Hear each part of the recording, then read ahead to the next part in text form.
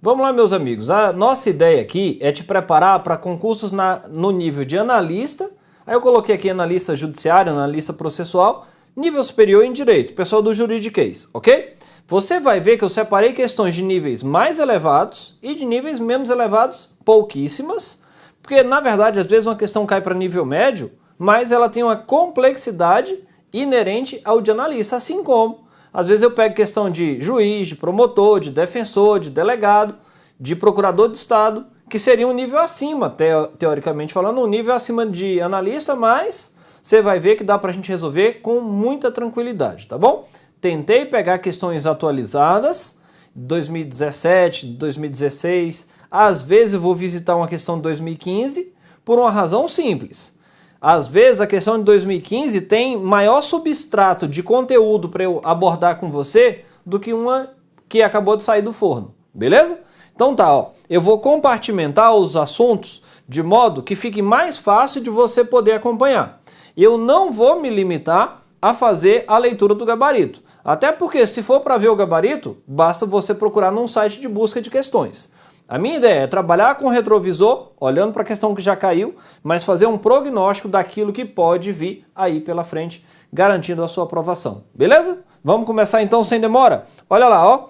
Vou começar aqui, teoria da Constituição, lembrando que a teoria da Constituição vai abranger temas diversos. Por exemplo, está aqui dentro conceito, está aqui dentro classificações das constituições, está aqui dentro também a parte de elementos das constituições, está aqui dentro poder constituinte, está aqui dentro eficácia e aplicabilidade, está aqui dentro também, ainda tem mais tema aqui, ó, eficácia e aplicabilidade, está aqui dentro, por exemplo, supremacia, né, o princípio da supremacia das normas, ou seja, todos aqueles temas que direta ou indiretamente podem ser cobrados na tua prova, que vem aí todos de provas do CESP.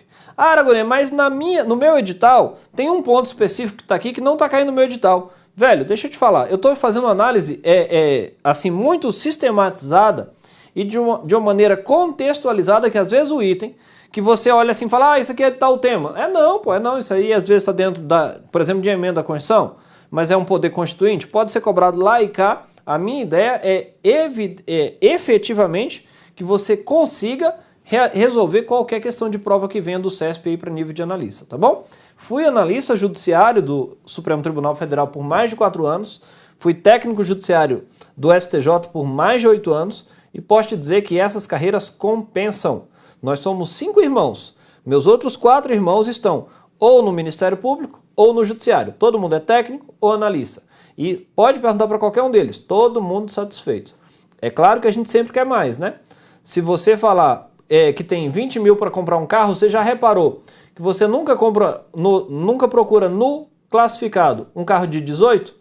Se você tem 20 mil, você sempre olha os carros de 22. E se você tiver 30 mil, nunca você vai olhar para os de 25. Você vai dar uma olhadinha para aqueles de 35, tentando um choro com o cliente e conseguir comprar isso aí. Beleza? Tá bom, então. Vamos começar a baixaria aqui? Olha lá, ó. Prefeitura de Fortaleza, procurador do município 2017. E aí eu já paro aqui para te falar. Prefeitura de Fortaleza, procurador do município. Cargo excelente, salário lá em cima. É claro que aqui está um degrauzinho acima, mas eu vou extrair e você vai notar um diferencial. Vou trabalhar com algumas questões de certo e errado e algumas questões de múltipla escolha. Qual é a ideia? De te preparar para saber lidar com todos os tipos de questões do CESP que possam vir, tá bom? Por exemplo, o CESP, toda vez que vai fazer concurso para TRE, só tem questões de múltipla escolha, porque tem uma resolução do TSE determinando isso aí. Agora, se ele vai fazer, por exemplo, MPU, pode fazer certo e errado. Vai fazer analista de um TRT, do TRF, pode fazer certo e errado sem problema algum. Vamos lá então, ó. Questão 1. Não foram recepcionadas pela atual ordem jurídica leis ordinárias que regulavam temas para os quais a Constituição passou a exigir regramento por lei complementar. Presta atenção, olha para cá, olha para cá. Vamos resolver isso aí? Isso aí é o seguinte, ó, isso aí é o seguinte. Quando vem uma nova Constituição, as normas daqui para frente ou serão constitucionais ou serão inconstitucionais. Ou seja, as normas editadas posteriormente à promulgação da Constituição se submetem a controle de constitucionalidade. Agora, quando veio a Constituição de 88, por exemplo, já havia normas anteriores, por exemplo, o Código Penal. As normas anteriores à Constituição, o que acontece quanto a elas? Acontece como se a Constituição fosse um porteiro, tivesse uma porteirinha e olhasse. Se está compatível com a nova Constituição, será recepcionada. Se não está compatível, será revogada. Revogada por ausência de recepção. Tem gente que fala não recepcionada também. Revogada por ausência de recepção ou não recepcionada.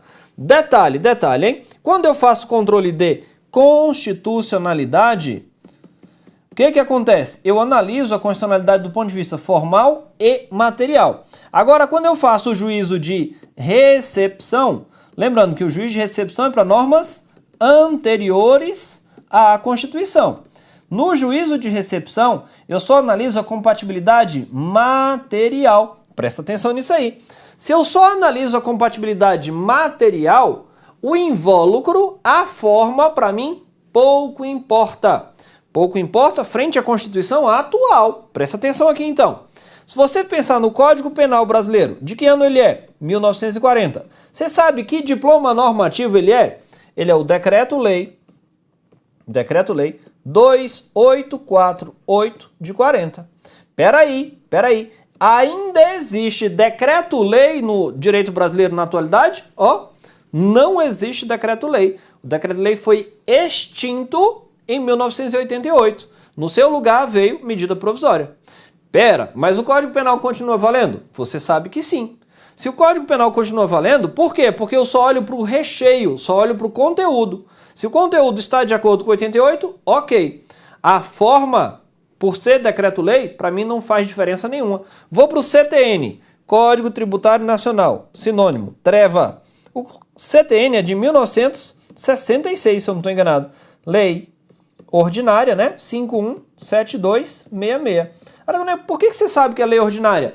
Ué, velho, se não coloca nada de LC, é porque é lei ordinária. A regra é ser lei ordinária. Se não vem a identificação LC, é lei ordinária. Detalhe. A Constituição Federal falou que em matéria tributária, essa questão de que hoje é o CTN, deveria ser tratada por meio de lei complementar. Mas, vem para cá para a tela, mas o CTN foi viabilizado por meio de lei ordinária. Pode isso, Arnaldo? Pode. Porque na análise de recepção / revogação, eu só faço a aferição do critério material, ok? Se é compatível do ponto de vista material, foi recepcionado. Se não é, foi revogado. Cuidado com o ponto. Se eu quiser alterar o Código Penal depois de 1988, tenho que usar lei ordinária. Se eu quiser alterar o CTN, tenho que usar lei complementar. Beleza? Tá bom. Vamos olhar lá de novo na questão? Ela está dizendo assim, não foram recepcionadas pela atual ordem jurídica leis ordinárias que regulavam temas para os quais a Constituição passou a exigir regramento por lei complementar. Errado. Exemplo, CTN. Acabei de dar o exemplo aí. Beleza? Tá. 2. O poder constituinte derivado reformador manifesta-se por meio de emendas à Constituição. Até aqui, beleza. Ao passo que o poder constituinte derivado decorrente manifesta-se quando da elaboração de constituições estaduais. Espera aí. Vamos trabalhar aqui com outro ponto. Eu tenho o poder constituinte. Vou botar aqui bem pequenininho. Poder constituinte. E ele se diferencia basicamente em poder constituinte originário, que eu vou chamar de PCO, beleza? Tem o poder constituinte derivado, que é o PCD. Tem gente que chama o poder constituinte derivado de poder constituído. Eu acho perfeita essa nomenclatura. Por que é perfeita a nomenclatura poder constituinte e poder constituído? Constituinte é o criador, é o originário. Só que o criador tem 3 criaturas. São os poderes constituídos. Mas para a prova, a nomenclatura mais usual é poder constituinte derivado. O derivado tem 3 filhotes. Derivado decorrente, capacidade dada aos Estados-membros de elaborarem suas constituições. Detalhe, hein? a lei orgânica do DF, segundo o critério da Constituição do Supremo Tribunal Federal, também entra, mas a lei orgânica municipal, ó, está, botar aqui em outra cor para você não confundir. A lei orgânica municipal, peraí que essa outra cor aqui falhou. Olha lá, cadê? Sai de acho. Cadê o preto? Agora foi. Lei orgânica municipal, não foi o preto, puta que pariu. Vamos lá, vamos andar aqui, vamos andar. Vamos voltar para cá pro vermelho, que Deus vai ajudar a gente aqui. Fica aí quietinho, vermelho. Ó, além do derivado decorrente, tem o derivado reformador. Além do derivado reformador, que são as emendas à Constituição. Vou apagar isso aqui, hein, para ficar mais claro aqui, ó. Além do derivado reformador, eu tenho também o derivado revisor. Sabe qual é a diferença do derivado reformador para o derivado revisor? Olha a diferença no procedimento, o tanto que é brusca, a diferença, eu vou desistir do azul, ou do preto e vou para o azul.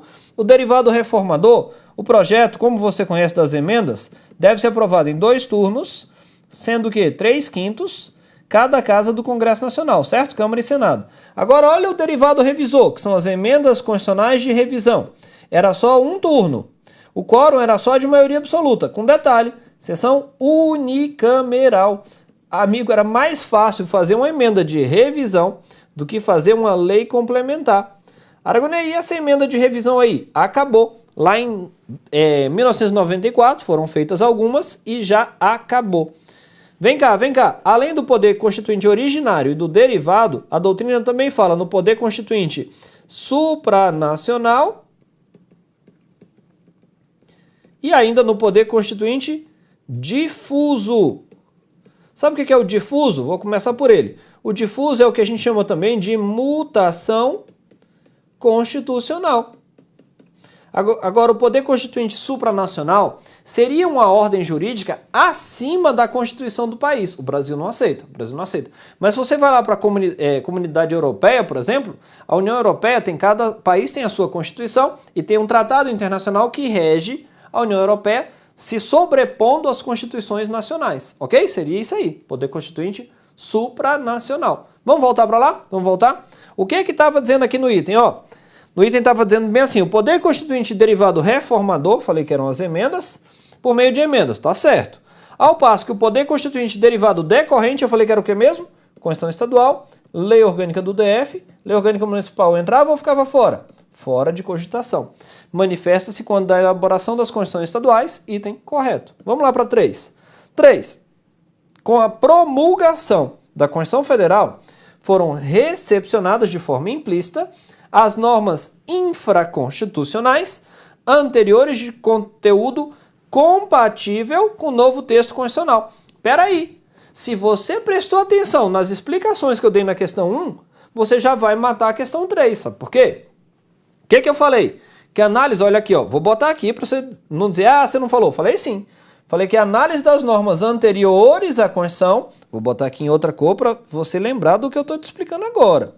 A análise das normas anteriores à Constituição, quando vinha uma nova, era feita por meio de juízo de recepção/revogação. Mas nessa análise, eu só atentava para o aspecto do conteúdo, ponto de vista material. O ponto de vista, quando eu olho formal e material, é no controle de constitucionalidade. São as normas editadas daqui para frente. Normas editadas antes da promulgação da Constituição se sujeitam a juízo de recepção, compatível, revogação, não compatível. Vamos voltar lá para a questão? Olha lá. Com a promulgação da Constituição foram recepcionadas, ok, de forma implícita, ok, as normas infraconstitucionais anteriores, com conteúdo compatível com o novo texto constitucional, gabarito correto. Vamos conferir? Aqui o gabarito, ó, errado, certo? Certo. Deus nos ajudou, vamos seguir para a próxima. Questão 4. Aí já é uma questão de múltipla escolha. Aragonês, por que você botou de técnico judiciário? Velho, isso aqui é indistinto, técnico analista, tá? Peguei uma de 2017, concurso do TREP. Como é que é, Aragonês? Presta atenção lá, olha a sigla, olha a sigla. Vem cá, concurso do TRE Pernambuco. Olha para a tela. Além de ser uma Constituição escrita, a nossa é escrita, tá certo? A Constituição Federal é classificada como? Vamos por partes? Vamos por parte? A nossa, quanto à origem, ela é o quê? Outorgada, promulgada, cesarista, pactuada, a nossa é promulgada. Lembrando que promulgada também recebe o nome de democrática. Só com isso eu já paro aqui, ó. Letras B e E estão fora de cogitação. Então, ou é A, ou é C, ou é D. Vamos avançar. A nossa, quanto à estabilidade, repara aqui. Quanto à estabilidade se liga, ou quanto à possibilidade de alteração, porque aqui tem um montão de nomenclatura. A convenção pode ser flexível, pode ser semiflexível ou semirrígida, dá no mesmo, pode ser rígida, pode ser super rígida, segundo o hoje ministro do Supremo Tribunal Federal, Alexandre de Moraes, pode ser imutável, fixa ou silenciosa. Pera aí, Aragonês, foi classificação demais. Vamos lá que Deus vai te ajudar. Flexível, mudar a Constituição Federal segue o mesmo parâmetro de mudar uma lei ordinária, por exemplo, os outros atos normativos. Semiflexível ou semirrígida, dá no mesmo. Mudar a Constituição naquilo que é essencialmente constitucional é mais difícil. Naquilo que tem forma de Constituição, mas não tem conteúdo de Constituição, vai ser aspecto formal, meramente formal, então vai ser um procedimento de mudança igualzinho das outras normas. Sabe quem era assim? Semiflexível, a Constituição de 1824. Ela era semiflexível ou semirrígida, que é a mesma coisa.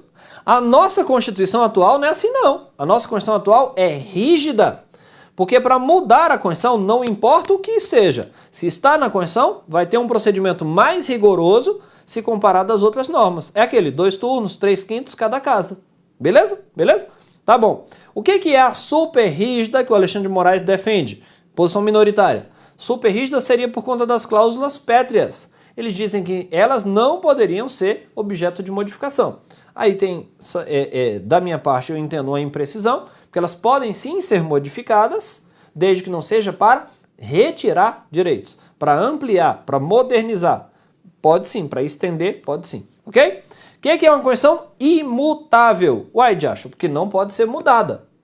Detalhe, alguma Constituição brasileira já foi imutável? Já. Adivinha qual? 1824. Aragonês, pera, eu acho que você fumou maconha estragada, velho. Repara, vem pra tela. Como é que você me diz, seu traste, que 1824 é semiflexível e depois você vem e me fala que é imutável? Pois é. É isso mesmo. Na verdade, a Constituição de 1824 falou bem assim, ó, durante 4 anos, essa Constituição não pode ser modificada. A partir de 4 anos, ela se torna semiflexível ou semirrígida. Entendeu? A imutabilidade era por um período específico, período determinado. Detalhe, e o que é uma Constituição fixa ou silenciosa? Cobrado pelo CSPI, tem uns 3 anos foi cobrada essa classificação. Depois não vi reaparecer, mas tu tem que ficar com o olho bem aberto para não ser pego numa questão dessa aí. A questão é a Constituição fixa ou silenciosa é aquela que não falaria nada a respeito da possibilidade de modificação.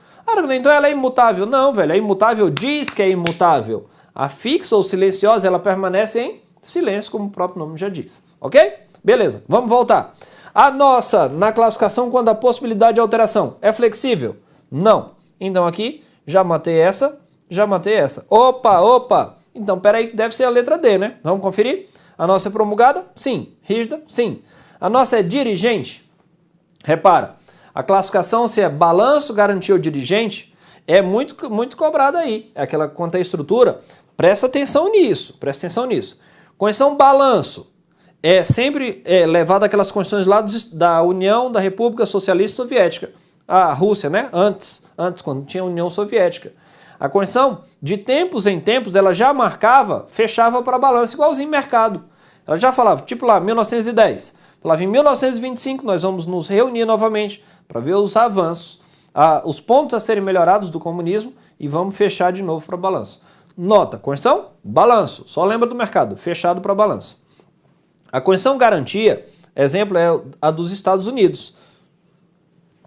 Como é que é a dos Estados Unidos? Ela fala o mínimo. Lembra aquele negócio de quanto a extensão poder ser analítica, sintética? Pois é. A sintética, ela traz, via de regra, apenas os direitos e garantias de primeiro grau, primeira geração. Aqui é a mesma coisa. Quando fala só de primeira geração, ou seja, aquelas garantias mínimas, fala muito pouco, ela seria uma Constituição garantia. A nossa não. A nossa fala sobre direitos de primeira geração. Tem lá no artigo 6º a 11 falando dos direitos sociais. Depois vai lá para a ordem social. Também trabalha com aspectos sociais, culturais e econômicos.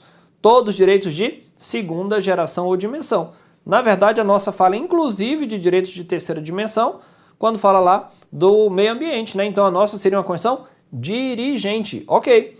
E o que é dogmático histórica? É quanto ao modo de elaboração. A Constituição pode ser toda ela elaborada no mesmo momento ou vir de tempos em tempos, aqueles espaços, né? Sendo baseada nos costumes e vai sendo de pouco a pouco implementada na prática. A Constituição da Inglaterra é assim. A nossa não. Foi toda a Assembleia Nacional Constituinte se reuniu e saiu lá a Constituição dogmática, de uma vez só, numa tacada só. Então, questão 4, letra D. Vamos para a questão 5 aí, ó. Funpresp e Jude. Aliás, Funpresp está dentro do negócio de reforma da Previdência, né? O bicho está pegando aí da reforma da Previdência. Se Deus quiser, eu ainda aposento. Estou fazendo 20 anos apenas de serviço público, só para você ter uma ideia. Só de serviço público já tem 20 anos, daí tu tira o resto, né? Então tá meio velho, né, Aragão? Pois é, mas a meta aí é aposentar em algum momento, lá pelos 80 anos, se Deus quiser. Julgue o item subsequente, referente ao conceito e à classificação da Constituição e além da aplicabilidade das normas. Pera. Quanto à forma e à origem, a Constituição é classificada como escrita e promulgada. Quanto ao modo de elaboração, ela é classificada como histórica. Vamos por partes, como diria Jack. Que Jack? Jack Estripador. Modo de elaboração. Acabei de falar. Olha a diferença, ó. Aqui é técnico, aqui é analista. Diferença da questão? Zero. Nenhuma diferença. Olha a dogmática aqui, ó. Quanto ao modo de elaboração, a nossa é histórica ou é dogmática? É dogmática, né? A nossa é escrita? É promulgada? É. Aqui, ó, escrita. Aqui, ó, promulgada. Ah, Aragão, mas tem muita diferença entre técnico e analista. Olha aí, velho, coloquei as duas aqui exatamente para você entender o espírito da coisa. A ideia é trazer questões para você que podem aparecer tanto na prova de analista processual, analista judiciário, mas de modo que você consiga se livrar das pegadinhas que o examinador coloca pra gente, tá? Questão 5, então, gabarito? Errado. Vamos conferir? Aqui, ó, letra D de doido e E de errado. Fechou. Ei, deixa eu fazer um convite. Fica aí, porque as questões sobre teoria da Constituição não acabaram, não. Já tem mais. Eu volto num segundo. Tchau.